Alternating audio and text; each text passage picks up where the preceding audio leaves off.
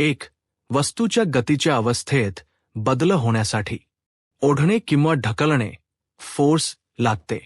प्रत्येकाची 2 उदाहरणे लिहा. ढकलणे पुश. 2 उदाहरणे. चेंडूला पायाने ढकलल्यावर तो पुढे जातो. दरवाजा ढकलल्यावर तो उघडतो. बी. ओढणे पुल. 2 उदाहरणे. बादलीला कुपातून वर ओढण्यासाठी दोर ओढतो. कपाटाचे ड्रॉवर हाताने ओढल्यावर बाहेर येते. यामधील प्रत्येक क्रियेचा परिणाम नेहमी वस्तूच्या गतीमध्ये कोणत्यातरी प्रकारचा बदल होय. 2. प्रयुक्त लावलेल्या बलामुळे वस्तूच्या आकारात बदल होण्याची 2 उदाहरणे लिहा. रबर बोर्ड ओढल्यावर त्याचा आकार ताणला जाऊन बदलतो. माती किंवा पीठ हाताने दाबल्यावर त्याचा आकार बदलतो. वस्तू ढकलणे किंवा ओढणे याला बल असे म्हणतात. बलच्या क्रियेमुळे वस्तू गतिमान होते. 3. खालील विधानातील रिकाम्या जागा भरा. विहिरीतून पाणी काढण्यासाठी आपल्याला दोर ओढावा लागतो. बी. प्रभारित वस्तू अप्रभारित वस्तूला आपल्याकडे आकर्षित करते. सी. भरलेली ट्रॉली सरकवण्यासाठी आपल्याला तिला ढकलणे लागते. डी. चुंबकाचा उत्तर ध्रुव दुसऱ्या चुंबकाच्या उत्तर ध्रुवाला दूर ढकलतो. 4. आपल्या लक्ष्यावर नेम धरताना धनुर्धारी आपले धनुष्य ताणतो, नंतर बाण सोडतो जो बाण लक्ष्याकडे जातो. या माहितीवरून खालील विधानातील रिकाम्या जागा खालील शब्द वापरून भरा. स्नायूचे संपर्क, असंपर्क, गुरुत्व, घर्षण, आकार, आकर्षण. धनुष्य ताणण्यासाठी धनुर्धारी जे बल लावतो त्यामुळे त्याच्या आकारांमध्ये बदल होतो. बी.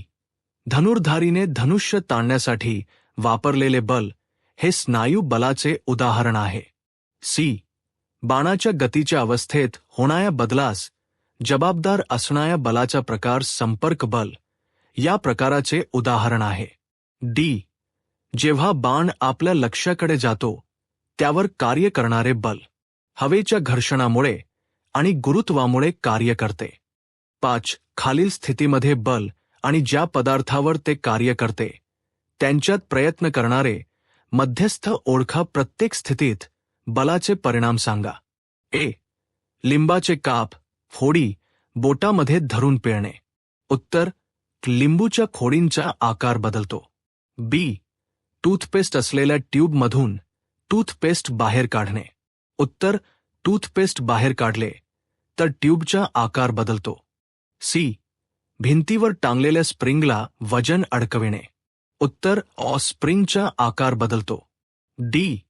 उंचीवर ठेवलेल्या बार करून उडी घेण्यासाठी खेळाडूने मारलेली उंच उडी. उत्तर. खेळाडूमध्ये गती निर्माण होते. 6. लोहार उपकरणे बनवण्यासाठी तस लोखंडाचा तुकडा हातोड्याने ठोकतो. हातोड्याने ठोकल्यानंतर निर्माण झालेले बल लोखंडाच्या तुकड्यावर कसा परिणाम करते. उत्तर. हातोड्याने मारलेल्या जोरामुळे लोखंडाच्या तुकड्यावर दाब येतो आणि त्याचा आकार बदलतो.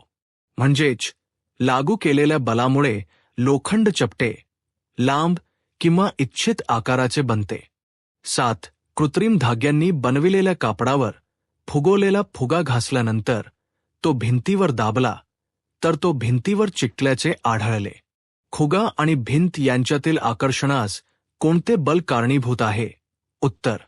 फुग्यावर घासल्यामुळे त्यात स्थिर विद्युत स्टॅटिक इलेक्ट्रिसिटी निर्माण होते.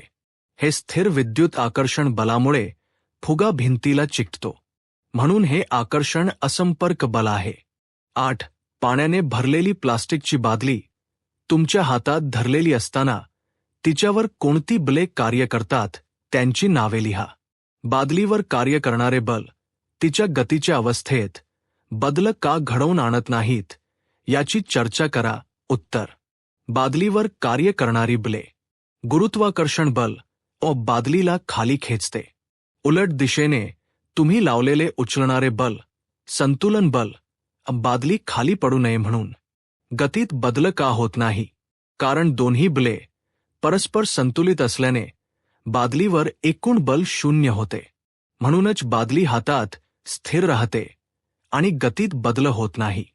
9. उपग्रह त्याच्या कक्षेत सोडण्यासाठी रॉकेटवरील दिशेने पेटविले गेले. लॉन्चिंग पॅड सोडल्यानंतर तात्काळ रॉकेटवर कार्य करणाऱ्या 2 बलांची नावे सांगा. उत्तर: रॉकेटने वर जाण्यासाठी त्याच्यावर खालील 2 बले कार्य करतात. गुरुत्वाकर्षण बल रॉकेटला खाली खेचते. ऊर्ध्वगामी ढकलणारे बल थ्रस्ट रॉकेटचे इंजिन निर्माण करते आणि रॉकेटला वर ढकलते. 10. जेव्हा आपण ड्रॉपरचा फुगा पाण्यात असताना दाबतो तेव्हा त्याच्यातील हवा बुडबुड्याच्या स्वरूपात बाहेर पडते. फुग्यावरील दाब एकदा काढल्यानंतर फुग्यात पाणी भरले जाते. फुग्यात पाणी वर चढण्याचे कारण: ए.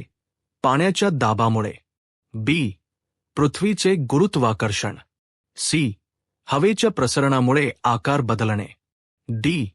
हवेच्या वातावरणाचा दाब. उत्तर: डी. हवेच्या वातावरणाचा दाब.